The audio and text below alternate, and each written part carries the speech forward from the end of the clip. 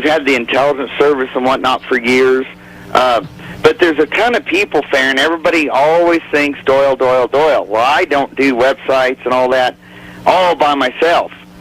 There's an immense amount of people that help with the hourthetime.com, all our broadcasting, which is on 24 hours a day streaming, replays of different shows, request shows that I've done, special series, research articles, Rob in Canada, the co-host and webmaster, and all your Jerrys and Toms and Paul and Ann's and Scotts and Adams out there. The huge thanks to all of them, Herbal Eve, etc., and all the people that help keep this operation going, because we're a listener-supported operation. We refuse to take advertising. We're not going to be at the beck and the call of some advertiser for money to fund this.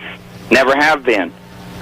Now, I do not think there is a mass awakening, Farron, and I know that goes contrary to popular belief. But let me tell you something. Having been involved in the Patriot movement, if you will, or the freedom movement since the 80s, there has been a lot of changes, and a lot of it for the worse. The Internet has not necessarily helped the spread of information. It's helped a lot in the spread of disinformation and rumors and lies and false flag operations. The fifth column element has taken huge advantage of it, and sheeple are so damn ignorant that they take every email they get of a UN camp around the corner, and they just forward it on to hundreds of people, or black helicopters everywhere, guillotines on train cars everywhere, and just run with it without ever doing any research. And they've actually hurt the credibility of the Americanism movement to a great extent. I also find that, yes, we are getting a lot more younger people involved than in the older days, but a lot of them expect that freebie handout. They've got that sense of entitlement because of the public fool system, and everything should be a free download, never mind that you spent 25 years researching and producing a book and video. They should be allowed to pirate it, and you should not be able to pay back even your basic production cost. So it's socialism at work. Now, what can we do? Wake up, ladies and gentlemen. Get your research in hand. Listen to proper broadcasters. Don't believe anything they say. Don't believe what I say. Go verify it. Me and Bill have preached that since day one. Go verify everything. You need to be ready because there are some bad times coming, Farron. People need to have seed, solar, ammo, medical skills. That's why we hold our annual HOT conferences. Details of that are on our website. Now, we're booked full. We were booked full months ago for our September conference. But if there's a large enough group of interest, we will do on-site week-long conferences in your neck of the woods, for instance, right in your backyard, per se. We'd love to. We'd love to have that, Mr. Shamley. We teach the skills that people need to know. This year's emphasis is urban training, and that's all I'll go into on the air. Everything else is on the website. It's your show. I don't want to take away from you, Farron. Oh, you're fine. We are honored to have you with us. And something that you said that I believe 100%. We hear other radio talk show hosts saying, oh, there's a mass awakening, mass awakening. Me and Brian sit here and we say, well, you know what? We don't know what's happening in California or Oklahoma or Texas or anywhere else. But here in Statesville, North Carolina, there is not a mass awakening. I can testify to that. And I believe what you're saying 100%. And I really, while I've got you on the air, I would like to thank you for the work you've done, your whole life, and the work you're doing for the truth, because the truth can't be steered. It's a vehicle that takes us wherever it goes, and that's what we're trying to do here on the Real News. We don't have the background, haven't been doing it as long as you, but we're trying to do legitimate research and report the truth. So with that said, we've got just a couple minutes left. I'd like to give you the last word, and again, I would like to thank you, and I'd like to have you back on from time to time to just update what y'all are doing there on the Hour of the Time broadcast. Well, thank you again, Farron. I've been a guest on a lot of broadcasts, let me tell you, and done a lot of hosting myself on our radio network, and you've been an excellent host. Thank you.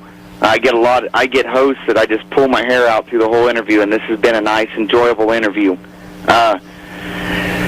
Ladies and gentlemen, you need to look for the truth. And like he says, the vehicle, it takes you where it's going to go.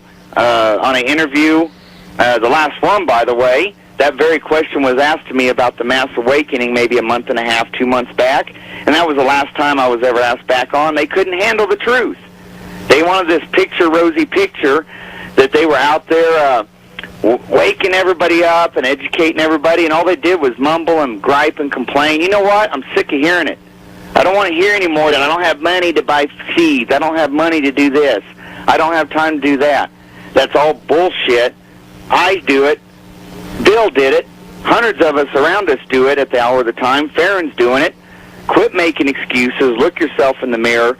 Accept the fact, ladies and gentlemen, that you were a sheeple most of your life, but it's time to wake up and correct that.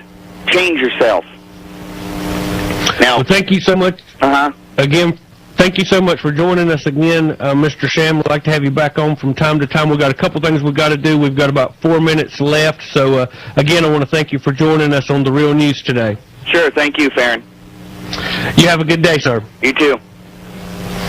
Okay, next week on The Real News, we have Bob Chapman, international forecaster. I believe the website, Brian, is theinternationalforecaster.com. Yes, the international forecaster. We are going to be going to Washington, D.C. this weekend, hopefully getting some interviews with Virginia Fox. We've tried to line up some other events, not certain if they will come through, but hopefully next week we will have some more information to report. And any news you'd like to cover, Brian? We've got just a few minutes left before we go off the air.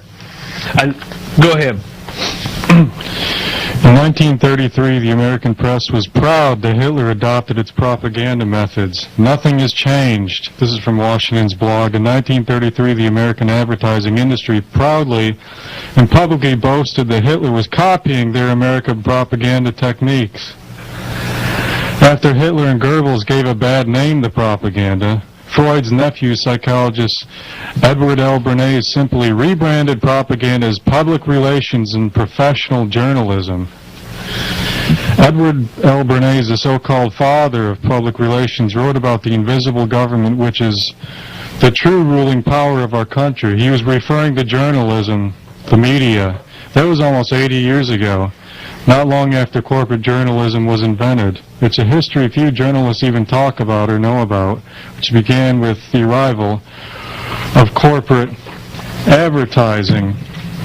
And later down the article here he states, in 1983 the principal global media was owned by 50 corporations. In 2002 it had fallen to 9, and today it's probably about 5. Rupert Murdoch has predicted that soon there will only be 3 global media giants. And yeah, we reported some time back how few it had fell to, and I believe it was 5.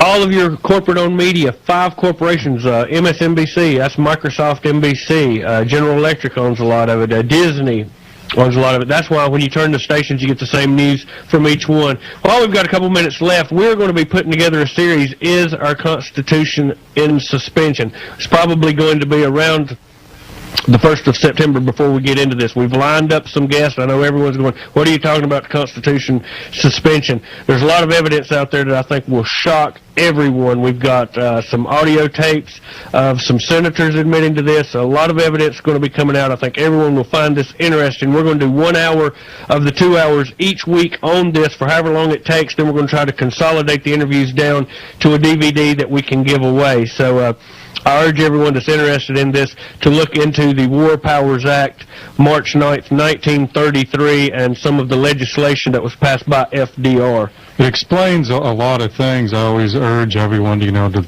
take all the dots and connect them, however, whatever works. And this explains a lot of the dots. Yeah, this is totally unreported, and it is a series of miracles that we will explain how this information came to us through some gentlemen right here in Iredell County, Catawba County, and we're going to be passing out that information. I think everyone will find this very interesting, hopefully, and we will have more on that each week. And next week we will report what transpired while the Real News crew was in Washington, D.C.